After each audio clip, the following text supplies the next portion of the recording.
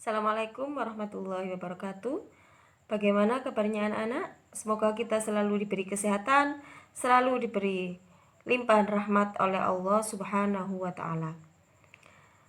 Anak-anakku semua, selamat datang di tahun pelajaran 2020-2021.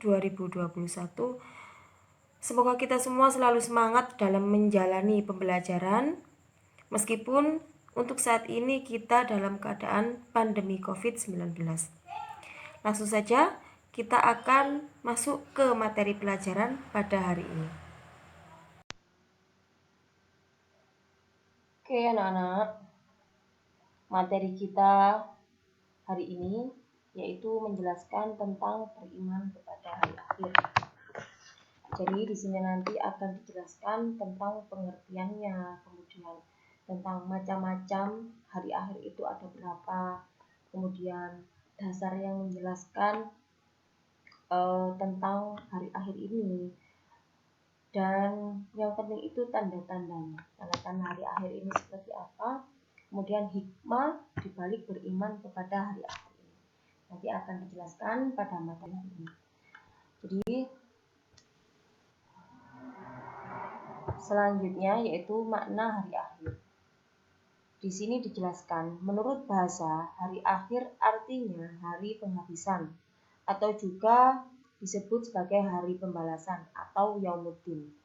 Sedangkan menurut istilah, hari akhir adalah hari mulai hancurnya alam semesta, berikut isinya, dan berakhirnya kehidupan semua makhluk Allah Subhanahu wa Ta'ala.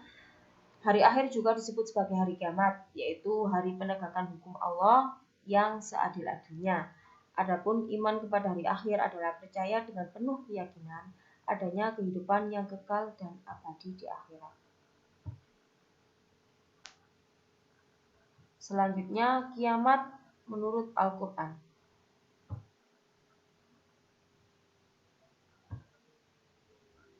Oke. Salah satu ayat Al-Quran yang menjelaskan tentang terjadinya hari kiamat yaitu ada di surat At-Taghabun yang berbunyikan, orang-orang yang kafir mengatakan bahwa mereka sesekali tidak akan dibangkitkan. Katakanlah, memang demi Tuhanku, benar-benar kamu akan dibangkitkan, kemudian akan diberitakan kepadamu apa yang telah kamu kerjakan. Yang demikian itu adalah mudah bagi Allah. Ini kiamat menurut Al-Quran. Hari kiamat dibedakan menjadi dua.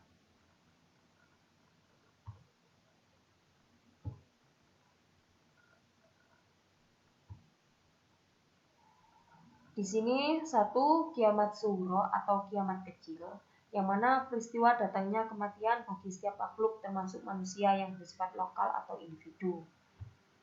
Kemudian hal ini ditegaskan oleh Allah pada surat Ali Imran ayat 185 yang artinya tiap-tiap yang berjiwa akan merasakan mati, dan sesungguhnya pada hari kiamat sajalah disempurnakan pahalamu. Barang siapa dijauhkan dari neraka yang dimasukkan ke dalam syurga, maka sungguh ia telah beruntung. Kehidupan dunia itu tidak akan atau tidak lain hanyalah kesenangan yang memperdayakan.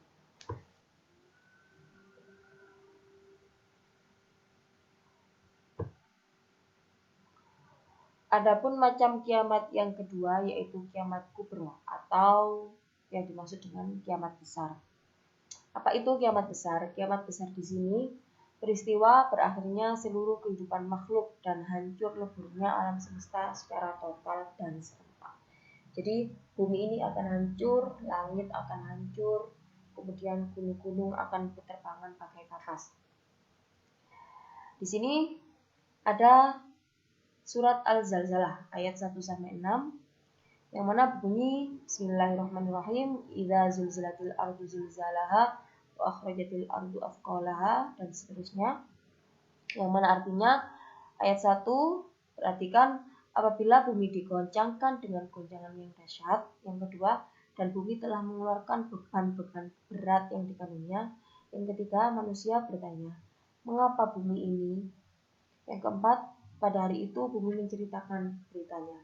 Yang kelima, karena sesungguhnya Tuhanmu telah memerintahkan yang demikian itu kepadanya. Kemudian yang keenam, pada hari itu manusia keluar dari kuburnya dalam keadaan bermacam-macam supaya diperlihatkan kepada mereka balasan pekerjaan mereka. Jadi dalam surat Al-Zalzalah ini menjelaskan tentang keadaan pada hari kiamat itu sendiri. Jadi di situ dijelaskan di ayat 1, apabila bumi digoncangkan dengan segoncang-goncangnya. Kita tahu sendiri bahwasannya selama ini yang kita lihat di televisi, bahwasanya gempa dengan skala 8, sekian saja sudah sangat menggoncangkan dunia. Bangunan akan runtuh, kemudian apapun akan hancur lebur, manusia sudah tidak berdaya. Itu hanya sekedar kiamat suro. Jadi goncangannya hanya sekedar 8, sekian. Apalagi di ayat ini menjelaskan bumi digoncangkan dengan segoncang-goncangnya atau dengan goncangan yang dahsyat. Kita pasti bisa berpikir bagaimana keadaannya pada saat itu. Selanjutnya, tanda-tanda hari kiamat. Di sini dijelaskan kiamat suro dan kiamat kubro. Jadi ada masing-masing tandanya. Kita awali dari kiamat suro terlebih dahulu. Jadi di sini kiamat suro itu tandanya saling berlomba-lomba meninggikan bangunan. Kita tahu sendiri bahwasannya sekarang bangunan sudah mulai saling tinggi meninggi. Di daerah kita pun juga banyak apartemen yang bangunnya sampai ke sekian lantai, ada yang sampai 20 lantai dan seterusnya. Di kota-kota pun kita juga sudah lihat, sudah banyak sekali bangunan yang tinggi. Kemudian tanda selanjutnya terjadinya banyak pembunuhan. Kita juga sudah menyaksikan banyak sekali tragedi pembunuhan. Bahkan di sekitar kita pun juga banyak terjadi. Kemudian tanda yang ketiga, waktu yang berlalu terasa semakin singkat. Jadi sampai saat ini kita juga sudah merasakan bahwasannya waktu ini cepat berlalu. Perasaan kemarin saya lulus SMA, kemudian kok cepet banget ya sudah sampai kuliah. Kemudian lagi kok cepet banget juga sudah menikah dan sekarang sudah mempunyai anak, seperti itu. Tidak jauh-jauh, hari pun juga sangat terasa singkat. Baru kemarin perasaan hari Senin, sekarang kok Senin lagi. Baru kemarin hari raya, sekarang kok sudah hari raya lagi, seperti itu. Kemudian yang keempat, sering terjadi bencana alam seperti gempa bumi, tanah longsor, dan lain sebagainya. Ini sudah kita lihat. Yang kelima, munculnya gaya hidup mewah dan manja di kalangan umat Islam. Ini juga sudah terjadi di antara kita. Jadi sepatu tidak hanya satu, kemudian baju juga banyak terkoleksi di dalam lemari, beberapa setel, kerudung pun juga. Ya, itu juga termasuk tanda-tanda kiamat suro. Yang keenam, orang yang baik berkurang, sedangkan yang jahat bertambah banyak. Kemudian manusia mewarnai rambut di kepalanya dengan warna hitam supaya kelihatan muda. Ini juga sudah terjadi. Yang kedelapan, negara Arab menjadi padang rumput dan sungai. Jadi ini ada beberapa informasi bahwasanya sekarang itu di Arab Saudi juga sudah banyak tanaman yang tumbuh. Di pinggir-pinggir jalan juga ada beberapa tanaman hijau yang terlihat. Seperti itu. Kemudian yang kesembilan, pria menyerupai wanita dan wanita menyerupai pria. Yang ke-10, bulan sapi terlihat besar. Oke, sekarang memasuki tanda-tanda kiamat kubro. Di sini apa saja tandanya? Satu, munculnya asap.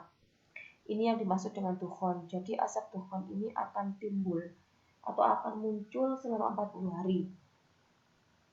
Asap ini sangat panas dan hitam, jadi gelap. Bukan asap putih. Kemudian yang kedua, munculnya Dajjal sebagai musuh terakhir umat manusia. Jadi Dajjal nanti akan muncul di penghujung zaman. Dajjal ini bercirikan mata satu dan dahinya terdapat tulisan kafaro. Seperti itu.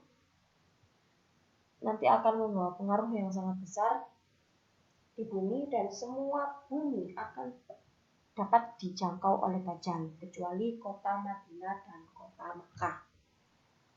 Selanjutnya munculnya Imam Mahdi. Imam Mahdi ini nantinya akan menjadi pemimpin umat Islam di seluruh dunia. Kemudian munculnya bintang besar, matahari yang terbit dari arah barat. Jadi kalau matahari terbit dari arah barat ini, segala permintaan maaf kita atau segala taubat kita ini tidak akan diterima. Selanjutnya turunnya Nabi Isa alaihissalam sebagai penyelamat umat manusia. Jadi Nabi Isa ini nanti yang akan membunuh Dajjal. Kemudian adanya suku Ya'juj Ma'juj yang merusak kehidupan di bumi. Yang selanjutnya tidak ada yang menerima zakat atau sedekah. Selanjutnya di sini ada periode hari kiamat. Apa saja periodenya? 1. Yaumul Ba'ats, hari dibangkitkannya semua makhluk dari alam kuburnya setelah hancur dan musnahnya alam. Jadi di sini manusia akan dibangkitkan. Jadi di sini manusia mulai zaman Nabi Adam sampai hari kiamat itu akan dibangkitkan dari tulang ekor. Itu bangkitnya dari situ. Kemudian yang kedua, Yaumul Hasyr, hari berkumpulnya manusia setelah dibangkitkan dari kuburnya masing-masing lalu dikirim ke tempat luas yang bernama Padang Mahsyar. Di sini matahari ada di atas kepala kita. Yang ketiga, Yaumul Hisab, hari perhitungan amal-amal semua makhluk, baik amal baik maupun amal jahat, segala dosa besar atau kecil dihitung dengan seksama dan teliti. Selanjutnya Yaumul Mizan, hari pertimbangan amal manusia secara adil tentang kebajikan dan kejahatan manusia. Di sini Yaumul Mizan ini atau yang dimaksud dengan timbangan. Jadi amal baik dan buruk kita akan ditimbang. Selanjutnya As-Sirat, jembatan yang terbentang di atas neraka menuju surga. Mudah atau sulitnya melewati As-Sirat ini tergantung pada amal setiap manusia dan hasil mizan.